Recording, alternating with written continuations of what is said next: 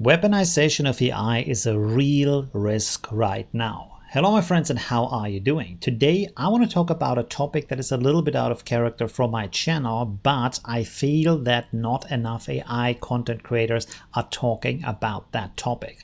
As you have probably seen in the news, we have a massive shift in international politics. And this is not about whoever you support or what you vote for. It is your democratic right to support any party, any kind of opinion that you see fit. This is not about politics in that way.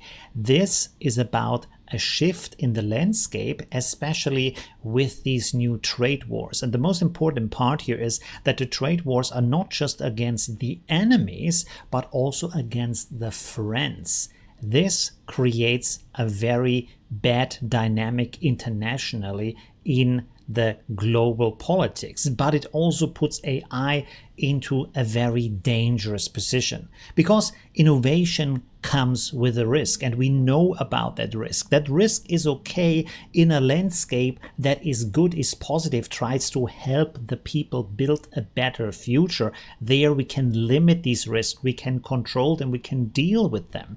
But if you have an international situation that is hostile, not just against the enemies, but also against the friends, this creates a situation where the flaws of AI might be looked at in a different light, where people, especially these different countries, look at it and say, what could we do with these downsides of AI? How could we use that to our benefit, aka weaponizing AI? And by that I don't mean Terminators walking through the streets with laser guns. I'm not crazy. But what I'm talking about here is AI. Right now, the models that we are using are very good at statistics and pattern recognition. Now, this can be used in a weaponized way in a lot of different ways that are very bad.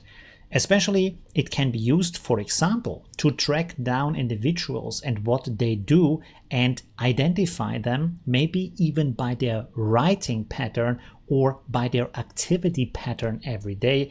And if you can figure out who that person is, and you might not like that person for whatever reason, you can track them. That is not a good situation. But of course, also AI can be used for automated manipulation of data, not just on the data we have online by chatbots, by scam accounts, by information that is put online by endless amounts of fake news or blogs or any kind of content like that, but also by having biases inside of the AI in the way these AI answers, or by tracking whatever you're doing with the AI while you feel private and think you have a nice conversation with your AI. This information could be used against you. That is not a good situation, but it is a possible situation. I'm not saying it happens right now, but in a hostile global landscape, I feel like even if you think about me and you would think, if I have these powers, what would my enemy use them for? So maybe should I research these abilities too? And that is not a good situation.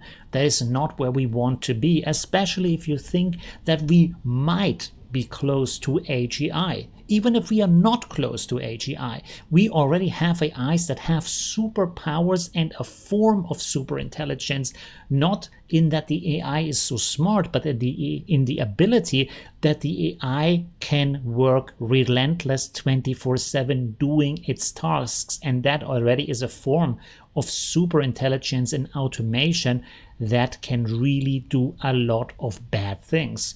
That is a situation that is basically the worst situation that AI could grow up in. And I think a lot more people need to think about that, need to talk about that. Where do we go? What do we do? Thanks for listening, and see you soon. Bye.